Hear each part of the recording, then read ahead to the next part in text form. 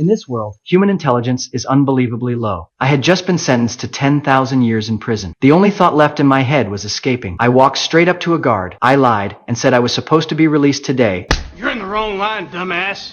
Over there. I'm sorry, I am being a big dumbass. On my very first day, I was actually set free. I ran out the front gate. Only then did the surveillance AI finally realize something was wrong. I rushed to a friend's place and begged for help. From him, I learned that there was still a time machine hidden somewhere on Earth. That news brought my hope back to life. I immediately told him to take me there. As long as I could return to a time when human intelligence was normal, everything could still be saved. But the cost to activate the time machine was absurd. One use required 20 billion. I promised to open an account for him after going back. After a few hundred years, principal and interest would make it 30 billion. So we hit the road in a beat-up old car. Along the way, we ran into my girlfriend who had awakened with me. But I was now a fugitive. The police quickly caught up. The car was too slow, so we had to abandon it and run. The police surrounded the vehicle. In the chaos, we got separated. I was captured again, but this time I was not sent back to prison. Instead, I was taken straight into the presidential residence, just because I could answer the most basic math problem. I was praised as the smartest person in the world. The president and his officials all looked unreliable. But the president, who rose through combat, took one look at me and decided I was special.